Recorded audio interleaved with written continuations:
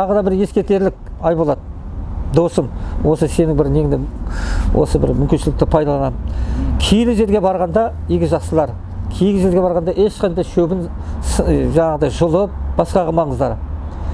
Киелі жерден шөп жұлма, ұзынның келте болар, келте гүлің ерте солар дейді. Мына бір айтсам қорқытып айтып жатыр деген не қылады? Қорқытқан емес, бұл жақсылап білмегендерге ескерту. Түкті баба Шашта жердің басынан бұзып атқанда бір кесегін алып кетті, сол жер жақын жердің бір тұрғыны дейді. Алып кетіп, жаңа күнде басын ұрады тұрады дейді тасты. Кішкентай 4-5 тасты алған ғой. Тасы затымды орнына қой, затымды орнына қой деп. Көрдіңіз ба? Сөйтіп бір аптадай жаңа басынан ұрды тұрған ғой. Таң атқанда келіп ұрады екен басынан. Жаңа таспен ұрады екен. Аян дейді ғой, мінекей Аянның көкесі. Сөйтіп апарып беріпті жылаңе деп, басынан ұрды да тұрды. Болмайды екен киелі жерден тас алғанда даже. Сөйтіп жаңағы Шашта жердің басында Асылхан деген досым бар. Соны бірден айтады, Асеке бір қызық болды дейді. Не қызық? 10 шақты жаңағы сақалдылар келді дейді жаңағы. Ой, сендер бияққа келмейтін едіңдер ғой. Не болды, неғып үшіндер? Бізді қумаңызшы деп айтты дейді жаңағы. Я, жігіттер айтыңдар, жаңағы әулие ширік, әулиеге тіл тигізіп жүретіндердің бірі сендер едіңдер, бұл қалай болды? Біз Қоңыраттың Божбан руынамыз деп айтты дейді жаңағы жігіттер. Мықты спортсмен жігіттер екендер жаңағы. Біз жаңағы әулиені мойындамай, ширік деп жүретін едік. Мен сенің мынау түске ешкім пәтуа бере алмайды ғой. Аян деп атады ғой жаңағы Аян. Бұларға таза Аян келген екен. Айтты дейді. Бізге Аян берді.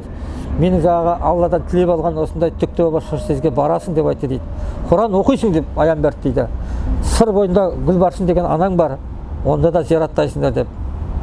Біз өзіміздің емізге келдік. Мынау адасқанның алды жөн арты соқпақ дейді ғой. Не дейді? Қайта үйірін тапқан соң дейді ғой. Сол мынау зираттаған кезде бұлай ашық-шашық болмай, бұлай дұрысталып дейміз ғой. Мына Алтайдан Атырауға дейміз, Алматының Алатаудан Атырауға дейінгі аралықтағы барлығы қазақтың жері киелі. Бұл жерде бабаларымыз, аналарымыздың көз жасымен, аналарымыз, аталарымыз ат үстінде дейміз ғой. Сол жағы мына осы ислам дініне дейін, мысалы, ислам айтамыз ғой, соңғы пайғамбар келді деп, соған дейін бабалардың тарихы жазылып отырған. Сонда мына келген кезде, дін таратып келген кезде, біз бір құдай деп отырық. Сендер айтқандарың не деген кезде, Шашта жерде кездескен кезде, Айқұл Шахмұрат деген кісі болған дейді сондай, Шашта жердің әкесі. Сонда біз де бір құдай деп отырық қой, сендердің шарттарың қандай? Біз енді Алла деп, есімі Алла, құдайдың деп, 5 уақыт намаз оқу, ораза ұстау, қажылыққа бару, біз ұқсас екен сендердің деп. Сөйтіп төріне шығарып, жаңағы құрметтеп, сондай тарихтар ғой бұл. Сол тарихты дұрыстап, түсіндіріп, мағынасын ұғындырсақ дейміз енді. Сол ең бірінші зираттағанда, қай жерге зираттасаңыздар да ыңғай келсе, ол жердің жаңағы тасына да тимей, шөбінде жылмай, сосын сондай жерлердегі сақ заманынан келатқан, ғұн заманынан келатқан, ықылым қадым заманынан келатқан тастарды үйлеріңізге алып кетпеңіздер ешқандай да. Ол орнынан ешқандай қозғалтуға болмайды екен. Ерекше айтарым, қозғауға түртуге болмайды екен. Оған мыңдаған машайықпен неше түрлі тектілер жиналып, бабаларымыз үлкен Құран сүріп, сондай жасалған құнды дүниелер дейді. Атауларында өзгертуге болмайды дейді, жердің атауларының қасиетін және құндылығын жоғалтады дейді. Жаңа Шекен Шайхының әулиенің бұл киелі далаға 3 қауіп бар деп бастап өткенде айтып, ең біріншісі Алланы ұмыту дейді. Шекен Шайхы әулие Маңғыстаудағы 360 әулиені тәрбиелеп шығарған, оңтүстік аймақта сыр бойында жатқан кісі. Сондай әулие адам болған. Екіншісі тарихын ұмыту дейді. Болашақтың жолын кесу дейді. Тарихты ұмыту. Тарих, кәдімгі тарих бар ғой, кез келген жерде тарих болады ғой. Тарих тек мына сигандарда болмайды екен, көшіп қонып жүргенге де. Мынандай мемлекеттік туы бар, ел болатын болса, өзінің әнұрандары, жалаулары болатын болса, ол елдің міндетті түрде тарихы болады. Қаяқтан енді соғысқан тарихтары, жаңағыдай бейбітшілік тарихтары жазылады ғой. Сол жаңағы біздің бабаларымыздың, енді біздің деп сөйлейміз ғой енді, сақтардан, ғұндардан келатқан. Сіз айтсаңыз, біз айтсаңыз, Замира айтса, Замираға рахмет, міне қызда бола айтып жатыр, тарихты жақсы, барынша. Енді оны бағалаған дұрыс. Адамның еңбегін бағалай берген жақсы. Өте жақсы ол. Енді кешегі шақырып атқан мынадай бізде геноцид болды ғой, 32, 37, 3 рет болған сондай. Осы қайраткерлер, былайша айтқанда мына маңыздысын айтайын, енді негізгісін айтайын. Жаңағы елдер, сырт елдер біздің тарихымызды білген дейді барлығы. Түпкі тарих, негізгі оригинал дейді ғой қазіргі тілмен айтқанда. Бұлардың үтірі және нүктесі өзгермес сақталып отырған. Сақталғандағы соншалық оны қозғауға болмайды екен. Сол бір үш жерде ерекше айтып кеткен. Сайрамдағы бір киелі жер бар екен. Расшифровкалеп айтайын, ары қарай мен айта бермеймін. Екінші жағы Бестораңғұлда бар екен. Үшіншісі Тайқазанда айтқан, Түркістандағы Тайқазанда қозғауға болмайды, тиісуге, алып кетуге. Оған ау? Үлгісі тұр ғой. Мына жерде үлгісі тұр ма? Ойпырмай ауызға салып жатыр ғой, мен оны байқап отқан жоқпын. Сол Тайқазанға неғылса көрсете сал. Сыртқа шығып түсірем ғой. Сол енді Айболат досым, менде өзімде сезімтал алсам, соның барлығы осы мына түсірілімде, осы біздің достықта араласып жатқан, бұл да тегіннен-тегін дүние емес жатқан. Сол жаңағы айтпағым, жаңағы алған орнына қозғаған дүниелерді, мысалы музейге апарып қойдың, ол жерде дәрет жоқ, дым жоқ. Ол ана тұрған жерінде, сол жерде өзі әулиелердің, бір тектілердің жерленген жерінде, мысалға тұрған жерінде, болған жерінде қалады екен ол тастар. Сонысымен құнды болады екен, құндылығын жоғалтпайды. Оған тиген елдің деп бір халқы құмырсқадай қырылып кетеді деген. Құмырсқадай қырылып кетеді деп мына жоңғарларға Қытайлар мен Ресей, орыстар ескерткен екен. Сөйтсе олардың барлығы біледі екен. Сол енді кеше геноцид жасады, пәленбай 2 миллион адам қалды деп, содан тараған сізбен, ұрпақтары сізбенбіз ғой. Бұл жерде енді айтпағым, алған адамдар болса орнына апарып қойған дұрыс. Жаймен үндемей барып қоя салған дұрыс. Өйткені оның зардабы қатты болады. Өтте айтып жатады ғой, мына Құдай ұрған оңалады, әруақ ұрған оңалмайды дейді. Енді бізден бір тегіннен-тегі мынадай әулие аралап, елден ел асып, қаладан қалаға мынадай 1,5 километр жерге мынадай сұхбат бере бермей ғой, мысалға, дұрыс па? Бұны да тегіннен-тегін емес, осы арқылы мына жеткізу.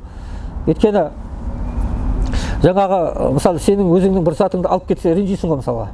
Дұрыс па? Сол сияқты оның да өзі тұрған дүниесі. Әркімнің мысалға әулиелердің де мынау Құдайға тиесінді Құдайға берген дұрыс. Адамға тиесінді адамға берген жақсы. Түсіндіңіз ба? Сол сияқты жаңағы зат тұрған дұрыс. Айтарым, алған кісілер, жігіттер болса 40 шетке бардық. Бір Айбалтасын алып кеткен екен, сұрастырдым мен. Өтірік айтып кеткен жерлер көп екен енді. Сол ыңғай келсе өтірікті көп сапыра бермеген жақсы. Дұрыс. Олар болса орнына қойған дұрыс.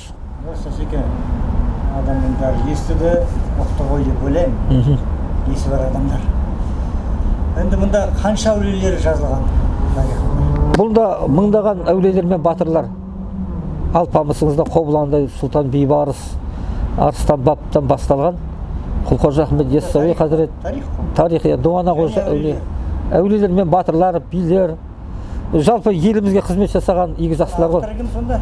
Ол Абдыров Шайдарбек Қажы Ашимов деген жазушылар одағының мүшесі, қажы. Көкеміз Замираның несі ғой, Замираның сол кісі менің атасы ма? Мына кісі айтып жүрген, сіз танитын шығарсыз бұл кісі. Иә. Замирамен таныстырып қойма, атасы қылып алды. Замира мықты ғой өзі. Осы мен енді өзім кішкентай студияма қойып қоям. Иә.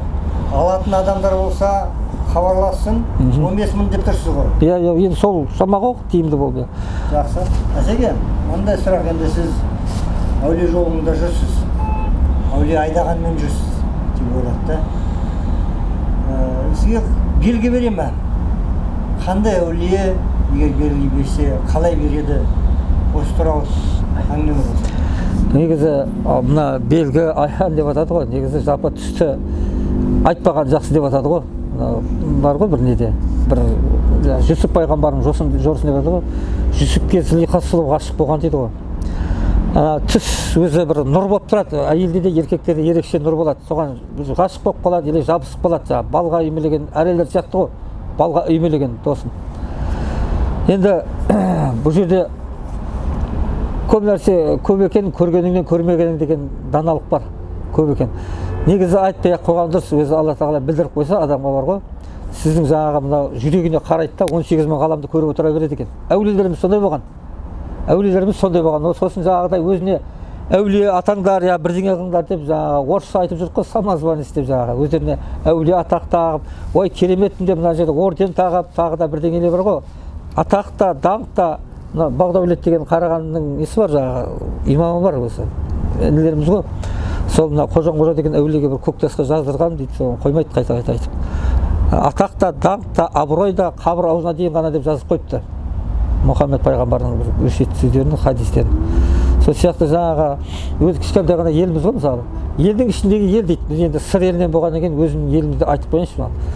Біздің ауылдың жігіттері, қыздары болса, құлақтарына алтын сырға дейін сыр елі, жыр елі деп тегін атамайды. Мына Қожа Ахмет Яссауи жаңағы нелерін жинап алып, сәруарлар мен машайықтарын осындай мына бұл енді турасын айтқанда сол сыр елінен шыққан нелер сол Аралға дейін бізде мына бір ауылдан өзі 100 ақын шыққан ауыл бар бізде. Тұрмағамбет Ізлеуов деген ақын болған. Сонда мына кеңес үкіметінің кезінде сұраған ғой, бір ауылда Тұрмағамбет ақыны 100 ақын шыққан дейді. 100 ақын шыққан дейді. Не может быть деген ғой москвалықтар жаңағы. Москвада отырған профессорлар бар ғой, академиктер. Не может быть, оны барып көру керек дейді ғой. Бір келеді ғой сол Ресейден, Москвадан келсе. Жаңағы 100 адамдар қайда бір ауылдан шыққан? Бір қате бір 70 шығар енді. Я болмаса бір 20-сы бар шығар дейді да. Жоқ, жаңағы 100-і де ұрып тұр дейді кәдімгідей бар ғой. Өзі қыдыр дарыған жер дейді бізде соны. Сыр бойында сондай. Ау? Жалғанады ғой. Енді толқында келеді ғой. Әрине жағы нағашы жағынан келеді, жеті нағашы жағы деп жүрсіз ғой. Жеті өз жағы, жеті қайын жұрт жағы. Бізде сол бір жақсы жері ешкімді ала алмай бөліп жүрмейтін керемет дүние да бұл. Жеті атасын білген жеті жұрттың қамын жеп деген, жеті жұрттың қамын жеп, солар үшін жағы жауға кіріп, дауға да кіріп, сол әйтеуір мәселені оң шешіп, әйтпесе анау жеке бас жағы бала тәрбиесі деп өткенде де естіп қалдым бір жерде. Бала тәрбиесі баршаның ісі дейді ғой. Осы жеті атасын жаттатса, ана балада шамалы өзгеріс болады екен. Мен байқағаным. Жеті атасын жаңағы мына балам бабаң батыр десе, ана сол миында сақтап қалады программа.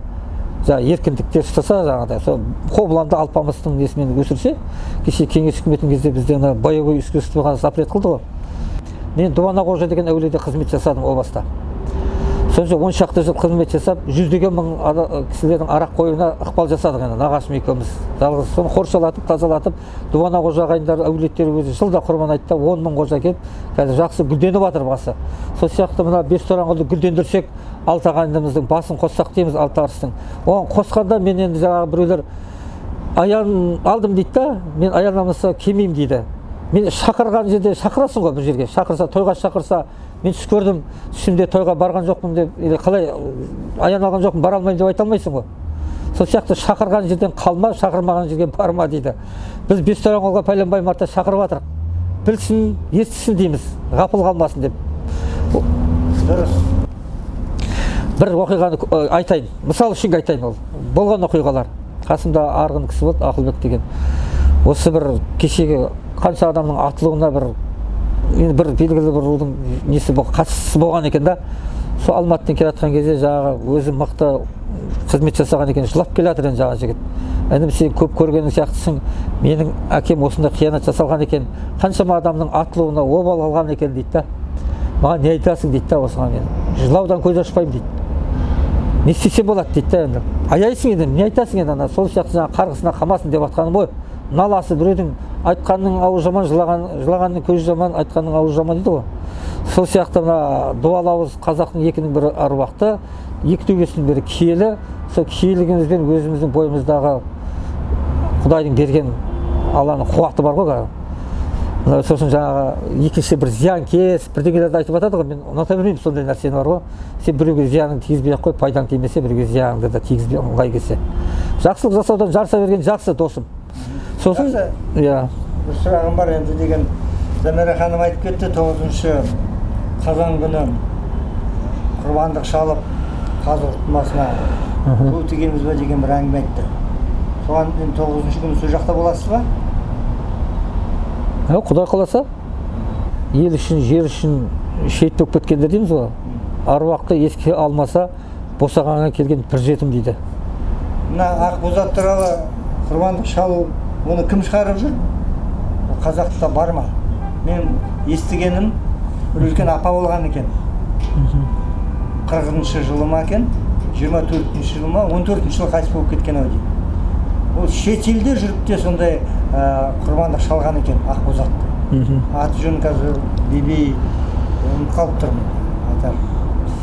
Соның қасындағы кезінде еріп жүрген адамдарда кілті сонда тұр дейді. Оған білесіз бе? Бар ма? Хабарың бар ма? Кілтімен мысалы үйдің құлыппен ашады ғой енді. Құлпы біреуде болады, кілті біреуде. Ондай жағдайлар бар. Ондай жағдайлар болады. Мысалға жаңағы сен Замираны айтып отырсың ғой. Замираны айтып отқанда, ол жақтан оның енді о бастан айтып жатқанда жаңағы айтып жүр ғой, мысалы не қаяқтағы бір ағаш, Талдықорған жақта ма? Не ағаш бар екен ғой. Сол жақтағы кісіге Алла разы болсын, ол кісіге де әйел заттардың ішінде де болады. Енді керемет кісілер бар ғой. Сөздерін нақты, былай әдепті, ибалы, инабатты, мына әдептен аспайтын. Сол мына Замира қызға аян болды деп жатыр ғой. Енді өзің де түсірдің, айтып отырмын ғой жаңағы нелерді. Мен сыр бойындағы жігітпен мысалы жүрген Замира Астананікі, Мәшһүр Жүсіп, не жақтікі, мына солтүстік өңірдікі. Осы жағы 5 жердегі сырды осылай келіп жатыр енді. Ол біздің жоспарлағандығы емес, бұл Алланың құдіреті, әруақтардың әрекеті деп Әлиасқар Қари айтып кетіпті. Біз енді сол енді жаңағы неде де өз шеттерде айтып жатырық қой. Әруақты бөлгендер солғын тартып боз болар. Боз болып кетеді, түрі қашып кетті дейді ғой. Лажы болса тіл тигізбеген жақсы. Әркімнің өзіне жақсы. Сол сияқты соның басына қойған сақпаларымыздың тарихи таңбаларында қозғамаған дұрыс. Мен айтарым осы. Жақсы, әжеге рахмет. Келіп ана жақтан сұхбат беріп кетіп тұрсыз. Келіп тұрыңыз. Амандық болсын, қайда жүрсін, жолың болсын. Енді мына кітап туралы әлде де әңгіме болар. Жақсы. Сұраған кісілер болса айт. Ол жалғыз мен насихаттай беремін, айта бермеймін ғой. Үйлерінде тұрсын, сыйлауға да дұрыс. Жақсы, оң қолмен алайын. Бісміллә. Жақсы, амандық болсын. Онда мына кітап 15 мыңнан жеп тұр Әсеке.